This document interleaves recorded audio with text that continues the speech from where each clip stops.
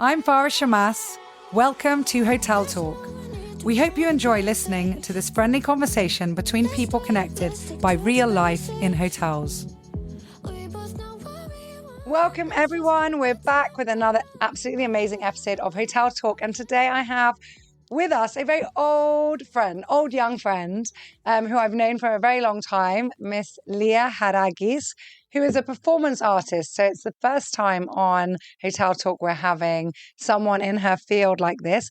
But she's so much more than that. She's a mummy, first of all, and I always say that is our most important job. She's an educator, a coach, a mentor, and she works with creative practices. And she's going to explain everything she does to us. Lia, welcome. Thank you so much for having me. Oh, I'm so excited to have you here.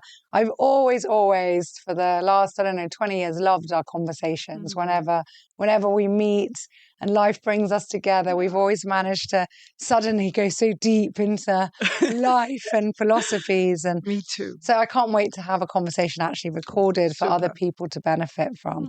So let's start off, first of all, with your journey. Let's talk about you. Let's talk about where you were born, where you grew up, how life led you into this profession, where you've, spread your knowledge with education, but also you got into dance, and why you decided to combine the two.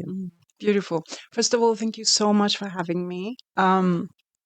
You're an example of empowering and empowering other women, and also empowering yourself as well. And so for me, this is very, very important to have in society. So thank you so much for inviting me into this beautiful frame.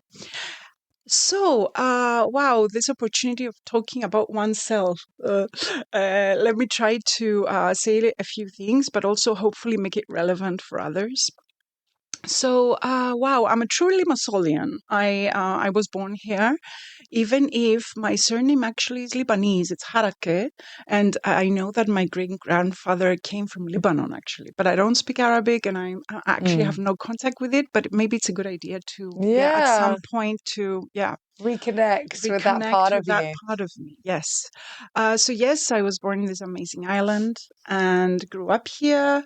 And as all kids, in the 80s and 90s, we did ballet and English, French, or something like that. I mean, yeah, quite privileged in having from my parents this beautiful opportunity. And then at around 18, when you are asked what you want to do, I don't know if it was my mother that placed this question, or myself, my higher self, or whatever, but it was more like, what do I want to be doing every day? Rather than having an idea outside that I want to serve. So I remember it was a very specific night that I took this decision that every day I want to be dancing, I thought. But for me now, it was more like connecting to my physical body. And looking at my practices now, it's more like using this connection through the physical to reach also the other bodies that we have, like the emotional, the mental, and so many more. So I went to London, and I studied at, it was one of the first BA courses in dance. So it was at the City University. Our school was called Laban Center. And it was a shock, because until then I knew movement and dance as a practice.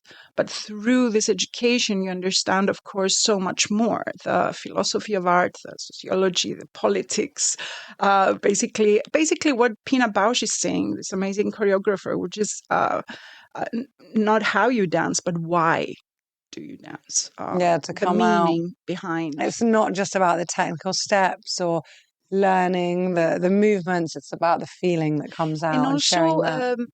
The meaning of it in terms of, I mean, as in art, what do you want to say? What do you have to say? What do you have to share? And so then after that, I mean, the dream was to become a dancer, professional dancer, contemporary dancer. So I worked with many people also in Athens, Greece, amazing choreographers and companies. And so it's amazing that I've done nice that. Memories when you look back. And because, there's bitterness if if people don't get to do their dreams, So I'm very in that That's sense. what they say. You never regret what you did. You regret what you didn't. Right. So when you can look back and do you feel like proud when you look back? I know, and I don't mean this in an arrogant way, and I know you're quite a low profile, humble lady, but looking back now at this stage of your life and being a mother as well, don't you feel like quite proud, almost in a motherly way, of what you achieved at that young age? Like, like well done you. You went, it's not easy to leave from little Limassol where we have all our comforts, and back then, and it was a very small society. We weren't like we are now, and mummy and daddy were here and everything, and then suddenly to go into London and then do something that's quite different to what society here normally pushes children to do, and then go to Athens, and then and really allow yourself to go into a new world. It's quite a big jump. So grateful to my younger self for persisting, because there were many challenges. It's amazing. I don't know why I wanted this so much. Maybe it's also a mechanism of of defense, like to make sure. Maybe it's the ego. I said I'm going to do it, and I'm going to do it. I don't know what it is, but it's through those challenges, and it is the challenges that actually make us grow, right? Yeah, but many people say I'm going to do it, and then maybe not the first or second or third, but the 10th challenge or the 20th hurdle, they say, you know what, I'm done. Or maybe I want to outgrow You're that. absolutely right. I need to But give credit here to my mother, who told me one of the biggest no's, which was the biggest yes. After I finished my studies in contemporary dance, we were not in the EU. So I was working in London, but that was like illegally. So I remember I was full of spots because of my anxiety. Anyway, at some point I came for a weekend in Cyprus, and I decided I couldn't go back. Like, my visa was finished.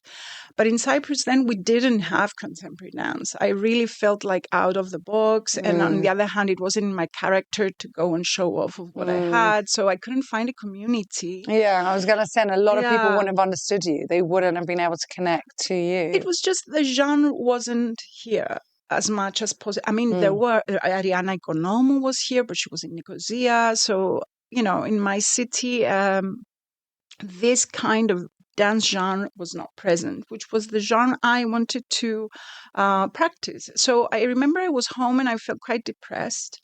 And then my mom, at some point, she said, well, you need to leave now.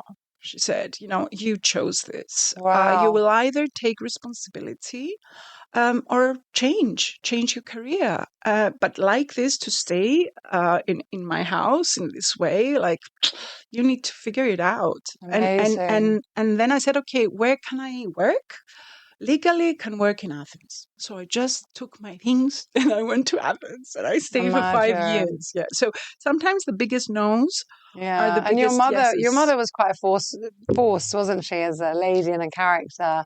She was amazing embodied lady. spirit. She's a Leo. She was. Yeah. I remember at some point me and my mother, where I was performing in some festival in Kalamata, and I remember like all the performers there were so. When she started talking, she would put her. Her sleeves up and start performing, whatever she was speaking. And all the performers were like, oh my God, you're getting it from her, Amazing. I love it when that happens, when you meet someone and you're like, oh, why are they, whatever they are, why are they like that? And then suddenly you meet one of their parents and you go, now I understand. Now it all makes sense.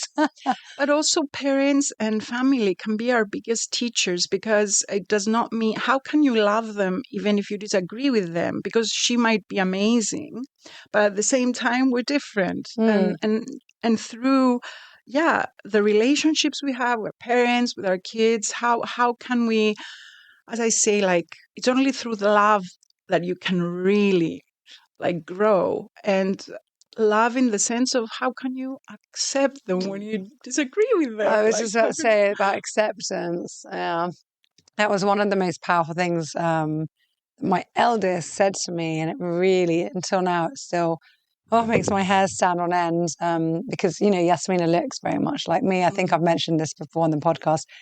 And one day, I think everywhere we go until now, people say, "Oh, you're mini mummy. You look like your mother, or mini Farah." And she sat in the car and she was so little. I don't know, she was maybe 4. And she said, Mummy, I'm me and you're you.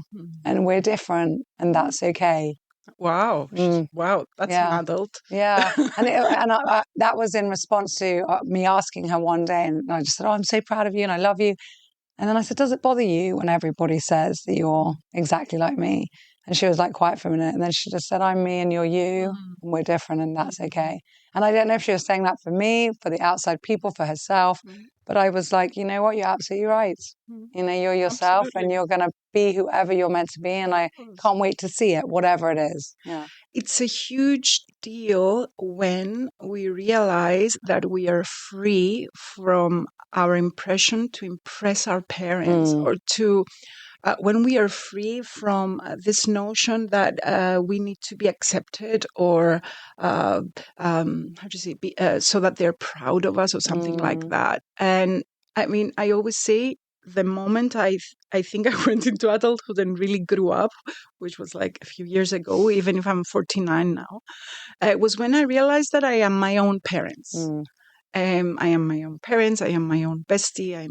And it doesn't mean so that I don't have expectations from people outside of me to give me credit. To give you that support. You look inward.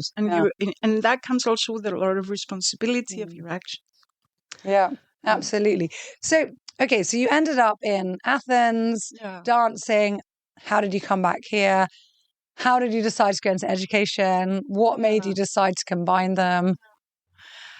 There was a turning point in Athens. Again, back to love. It's such a strong force, isn't it? I fell in love with an amazing man. And and I decided to follow him and to be with him and to see where. I mean, I was kind of ready to do my own work also to try choreography out. So it was a beautiful moment when this personal shift was happening in my career, and then also the companionship, the partnership with this amazing person. And then we decided to come back to Cyprus via Dubai, that he had work there. But then I couldn't take it because it was such a fake city for me. I wanted theater and people and all this. Now, of course, there is all this there. Yes, but okay, we're talking 20 years ago, yeah. And then when we came home, I tried to do my own work. And that worked. And there was a moment where I felt that through the work, people were shifting through their own state when they were watching the work. So I was like, oh, because I'm a natural sharer, I really want to share that. I got hooked on that feeling that how can my work stimulate and trigger whatever is there, trigger in a nice way, hopefully, or even in the darker way, because it's through the challenges that we grow. And I started doing this more and more. And the work, in a way, attracted programmers from abroad that really appreciated the work. So then we had this dream life where I started touring a lot in Europe with all the pieces. And anyway, it was amazing. It was amazing. I've done over like 50 works now, the last 22 years. We're also having a book on the works coming out in 2 months, hopefully. And what is important about these works is that each time you create with collaborators. So it is those relationships and how we grew together with so many collaborators that have been around in these works. Yeah. Amazing, amazing. And education? When and how did that come in? Instantly. It was a parallel journey. I kind of feel it's a part of my character that the information is not valid if you don't share it, or it's not useful if you don't share it. So I immediately found ways of. But that doesn't come easily to a lot of people, and I find even more so in Cyprus. Okay, maybe it's the only place I know, but people want to keep their information. They want to keep their secrets. They want to keep their, the idea of sharing that love, of sharing that glory. A lot of people don't have it, or it doesn't come easily to them. So it's not for everybody. for you though to be, and when I say educational, I mean it in the broader sense. I mean just sharing knowledge and time. And so for you to be the first here doing a lot of these things, to be a trailblazer and then to say, well, I want to help others do the same is in itself, for me, quite remarkable anyway.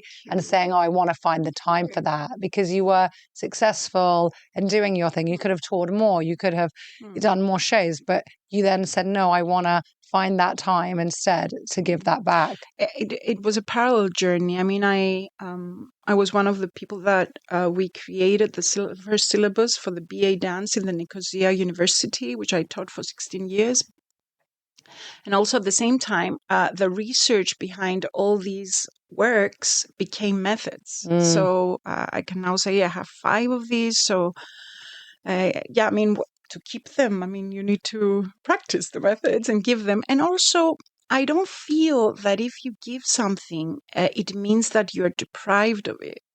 I feel that it's a necessary process. It's through the giving that you're taking. I mean, I say I taught, but at the same time, I grew. And I cannot teach if I don't grow, which means that I need to have somebody that is in Greek we say dechtis, somebody, a vessel that appreciates and has gratitude for this and will take it and make it into their own, channel it into their own way. Style, journey. For me, it's a growth process. And also, I don't believe that creativity has a limit. It's infinite. It's like vrisi. Vrisi? The tap of water. The tap, the you faucet. Open the tap, it's all the time. And it's part of this now mentoring and coaching that I do, that I really work a lot with embodied creativity because it's, for me, creativity is like water. It is based on what, for example, this amazing philosopher Heraclitus was saying, of the only thing that we're all sure about, change.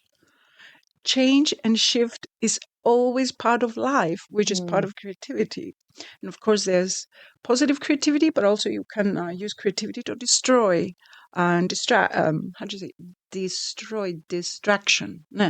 So you need to be conscious also how you use the shifting of creativity. And the energy. Absolutely. So let's talk a bit about dance and well-being. So, I mean, you've already said now how you use your dance for your personal growth and self-discovery, but how has the philosophy of that changed? How do you see dance developing, especially in Cyprus?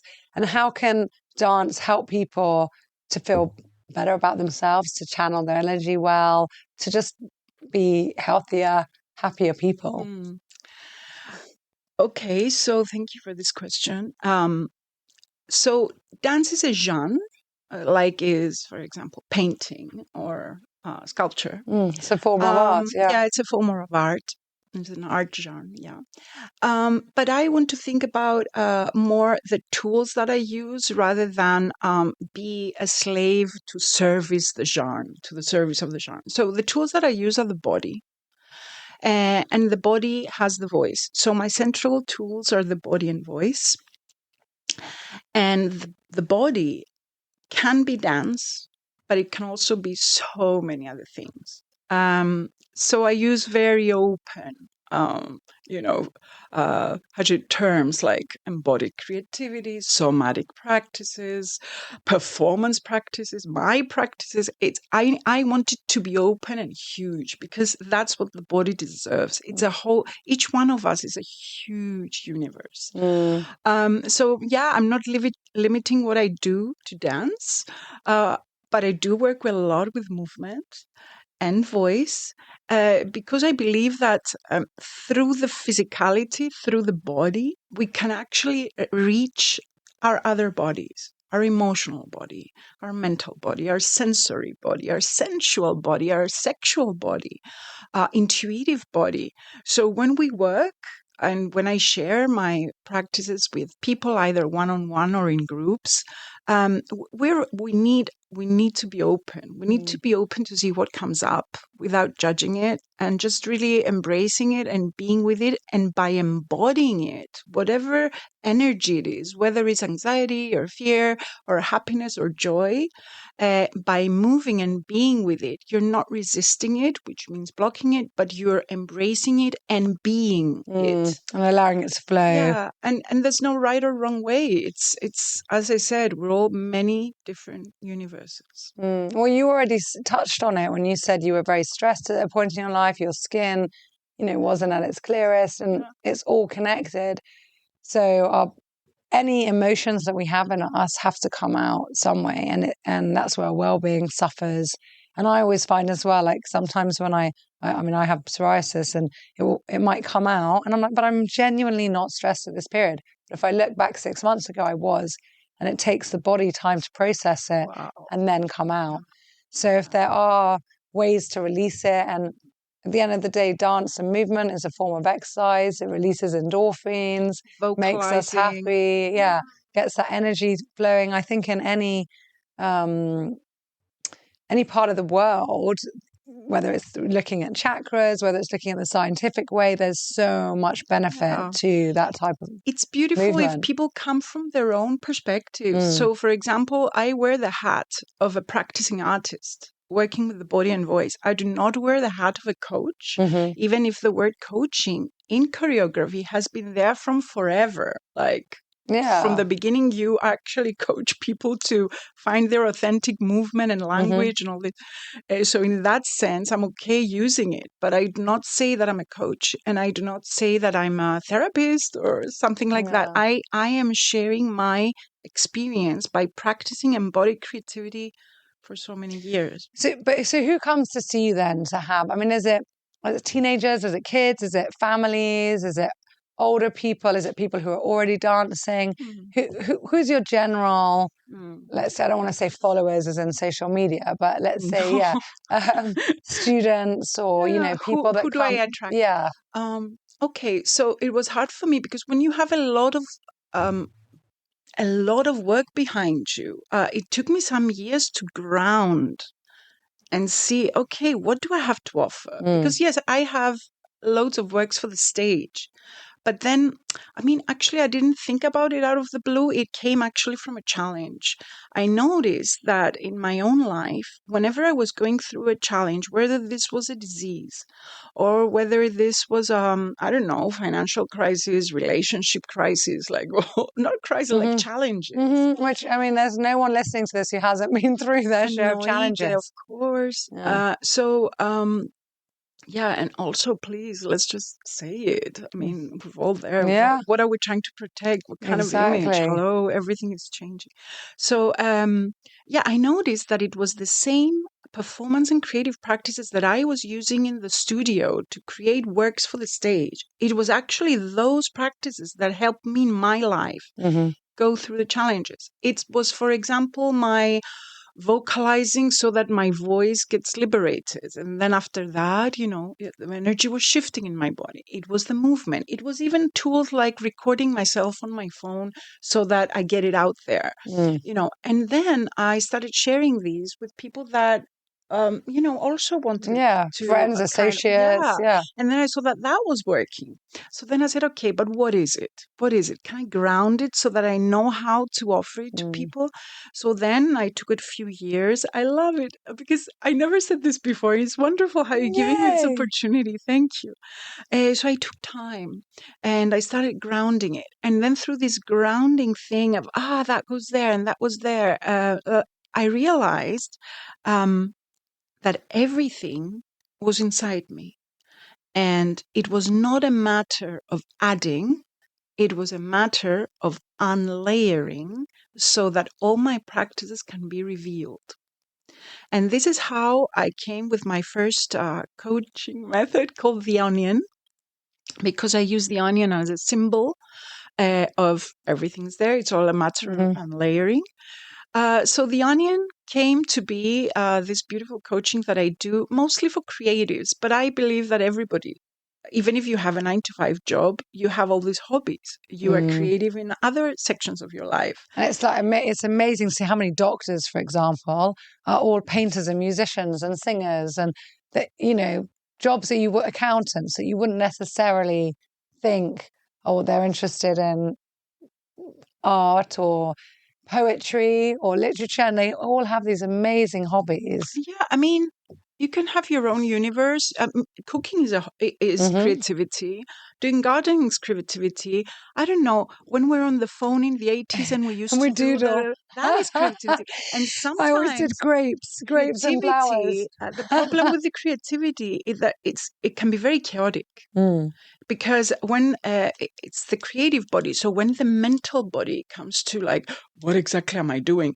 I'm doing this. So I'm starting to, but now I am not fair to the other practice and to the other. And suddenly you get blocked.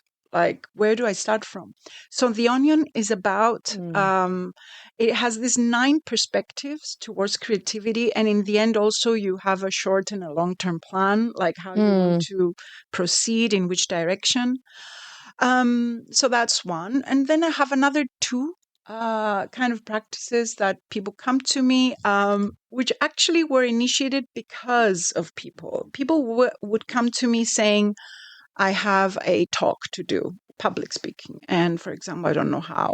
I get a stage fright, or I need Which is to very be normal on stage and my body is trembling. So then for me, this is so easy. I embrace them and give them through techniques and also states of being, because that has a lot to do with the stage fright. So I call that, what do I call that? Like at ease with performing. And the last one is the one I told you about challenges, which is this embodied. If people, for example, the pen. I know, don't worry, I'm also the sound. So if people, for example, feel disconnected from their body or from the other bodies, going back into the physicality, going back into creative play, going back into accepting that I have these blockages of anxiety. And maybe maybe parallel to talking to my psychologist or whatever, maybe I decide that I want to have a frame in my life where I can be physically and creatively playful. Or I try it out and see. So through this embodied creativity, many people, their energy shifts. Again, it is not therapy. I do not call myself that. But it is a form of therapy. I mean, you're not talking about a doctor, you're not claiming to be a psychologist or physiotherapist or anything like that. But it is therapy. And therapy can be, people can do self-therapy. You can go for a walk.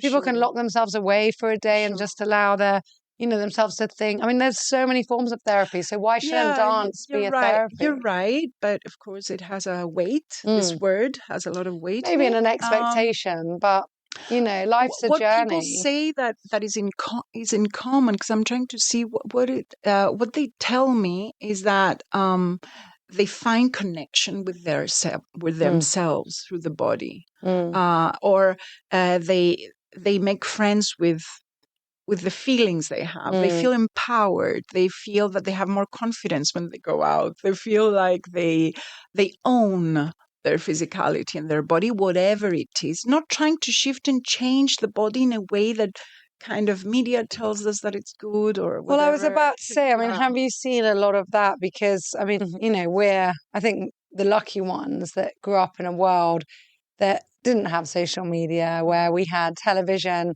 sporadically, not even all the time, and not available. We had to wait till Saturday morning to watch a cartoon, and it was a very different world. And yes, we did, I mean, definitely in the 80s, we had the 5 supermodels who were extremely slim, and there was that definitely emerging at that time.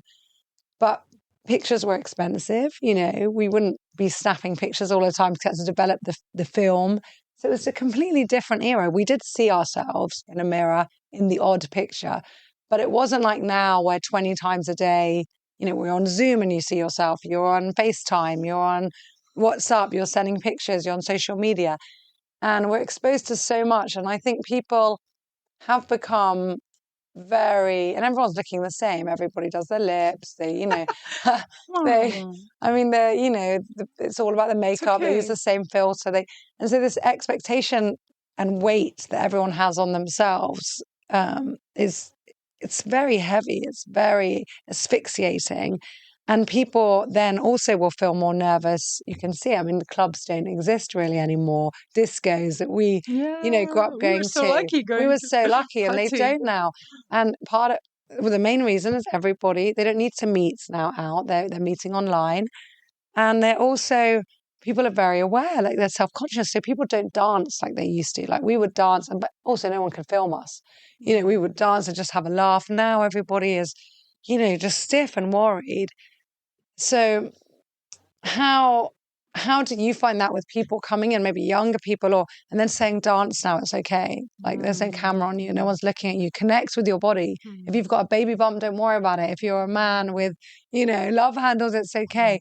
And to feel all right with who we are, like it's our only home that we'll ever have throughout Yeah, our whole life is our yeah, body. absolutely. But I mean, first of all, there's this thing called free will. Mm. So only if somebody wants or is bothered with all of what you're saying But that happening now, but that they is would like start to. 99% of people. It's impossible not to be. Yeah, I find it very difficult to tell another person, embrace your belly. Like, Yeah. no, I mean, it's up to them if what their values are. Mm. And I don't believe in dogma in the sense that, what I do is like the best thing or whatever, or this is the way. No, this is just one way. Mm. And if people are in their own free will, they feel disconnected some way, or they are bothered by the idea that they have anxiety because they're always like conscious of how they look, eventually they will start researching what else is there to do and how can I get help. But for sure, there is this anxiety about how we look. At the same time, if everything is on a very healthy and it doesn't make us feel bad about it and you don't have anxiety about it, that's perfect. Because, for example, when I came here, I asked how do I look? I want to, because for me it's the opposite. Like I will go out of the house, I don't even see in the mirror, like, and then my kids tell me, "Come on, like, come on." Come on, mommy. So Pull your I'm socks aware, up. like, Leah, you should never forget, like, hey, come on, So today, like, I also put makeup. Come Yeah. on, So some of us, it's the opposite. It's It's not. also nice to feel good for yourself. I mean, Yeah, this if you is get a great. glance of yourself in a window, Yeah, yeah. And just to some be like, people yeah. really like this is their way of feeling great, Mm. and that's fine. Whatever makes you feel not comfortable, whether it's too much anxiety in how you look or your body, whether it's, this is what I call toxic positivity. I have to be well. I have to be like Mm. in positive and only that. Like, no, like, does that bring you anxiety? Like, what about embracing what we are? Because we're everything. Uh, so then there's a challenge if you feel anxiety for whatever your body is out of line. And then you will hopefully be responsible enough to love yourself enough so you do something about it, whether it's getting help or support from me or from so many other people and practices. Everyone's on a journey. Yeah. And Yeah. sometimes people, like, maybe someone meets you or anyone in the world and they say, well, that didn't help me now. And 5 or 10 or 20 years later, they'll be like, oh, someone said this to me and now it clicks. So you never know. And I always say that about us being here and our purpose. We might never know what our purpose was, but we definitely, the ripple effect is so huge and we affect so many people's lives. And maybe just being nice to a stranger one day when they felt down, and that ripple effect goes on and on and on. Ripple effect, love it. I think when they ask me, like, how do I know, like, what would you brought this idea of life purpose? I love that. I always say, listen to the body, and if you feel comfortable with this person, you're in the flow. You're where you should be. if you don't feel comfortable, if you're at that party, you find yourself in these parties all the time, or whatever, in these horrible situations, or with those toxic people, whatever, and your body is resisting, doesn't want to be there, then Follow it's a it. calling. So our emotions are there to, shout out to us, hello, you're not in your flow, you're not in your purpose. I love that. Have you read the book Flow by Michael? Oh, the name is so long, I can't say it. No, it's an amazing book. all these ideas are, of course, in the air, and so many people. There's so much, should we say, mass awakening to the idea of it's okay to be happy. It's okay to be happy without having to, change ourselves to be with that kind of politics. I don't know, beauty politics, or here it's like you're pulled from all these other philosophies, rather than just the opposite. Surrender to what you want to do. Yeah. And then you don't have anxiety about how you look, because isn't it more important how you feel? That's what I'm saying. It comes back to values. What is more important at the end of the day? How you are perceived or how you feel? And that is a choice in all of us. I love that. I love that.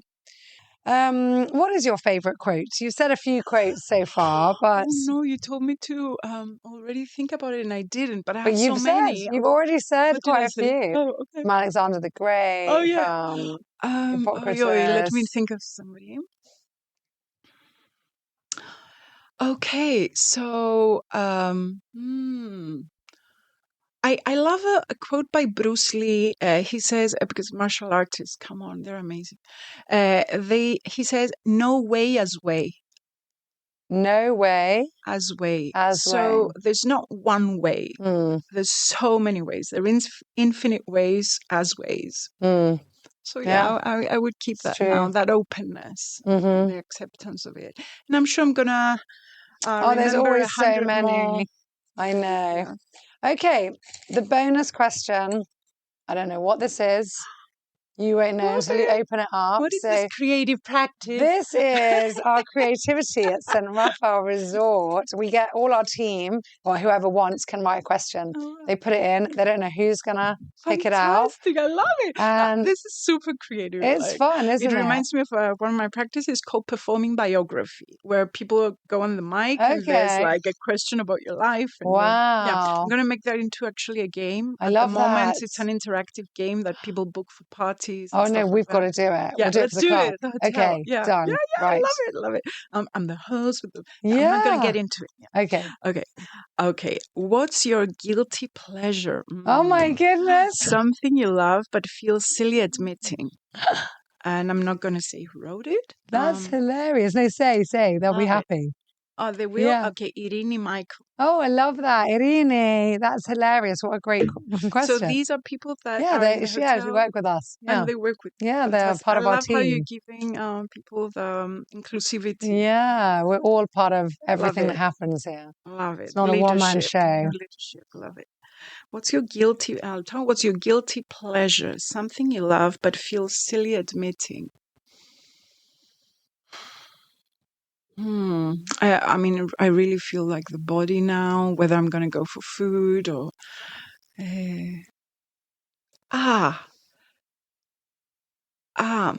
I sometimes watch trash TV. Okay. I love it. Like... You've got to give us an example. How because trashy? Of course I will. Sometimes in arts, it's always about, the research there, being intellectual, being like, which I'm not. Yeah, usually. I am in a way like very philosophical, just because I'm very curious. To admit that you're watching like trash TV, maybe it doesn't suit the image. Letting your guard down. I love it. But everybody I love watching specifically because it has a lot to do with performance. This hostess called Anita Pagna from Greece, and what she does, she brings all these people that are like everyday people, and they're usually very needy. Something is missing from their lives, so they talk about finding, ordering like a partner, or it's very, very like trashy in the sense that is at the limit of humiliating to them. But then other questions come in. I mean, if they don't think it's humiliating, why should we think it's humiliating? Don't we give them enough credit that they're responsible for their own dignity? So there, I love this play when I'm watching her. And she does it like with so much amazing performance. And I love watching that. And usually that happens when those days... You're eating a tub of ice cream or something with it. Like imagine intolerant and popcorn. Lactose, like my belly. Yeah, we need like everything together and chips and Nutella on I don't know what, Pringles. You know how important are those days? Those days give me like that. It's the kind of depressing day under the blanket kind of but thing. We all need them. Oh my God. They give me like a push for the next month or something. Yeah, exactly. And totally just embrace switch off it. And just be. And I even put boundaries to my kids. I'm like, I'm not available the next hours. I did a reel on Instagram. My husband was a bit offended there, but I said it was a reel. And I said, today I'm identifying as a dad so that no one bothers me. They can all go look for someone else because it's always at home. It's always mummy, mama. You just hear it like so often. So sometimes it is important to say, you know what, I'm done. I'm not mummy for the next hour or day or whatever. Thank you so much, Lia. It's been wonderful. There's so much more we can say, but we'll do other things together. So everybody watch this space because you'll be seeing Lia more. Thank you so much, Farah. I mean it. Thank you, and for being an example of empowerment for so many of us. Thank you. You're so sweet. And just being, it's what we were saying before, not caring so much about, how we look. It's more, it's what are our values? Like going back to, it's more important than maybe some other people are resonating with what we say. Yeah, definitely. What's inside and just being true to yourself and real. And we're all wherever we need to be on our own journeys. And may we have the strength to deal with the challenges. Absolutely. Thank you. Thank you, Lia. Thank you for listening. And don't forget to hit that subscribe button because it helps us more than you may realize. If you are planning on coming to visit us at St. Raphael Resort and Marina, feel free to email our reservations team quoting Hotel Talk and receive an exclusive offer just for you. We look forward to seeing you soon, hearing your feedback about our show and producing many, many more interesting episodes just for you, our listener and our valued guest in mind. Thank you so much and take care.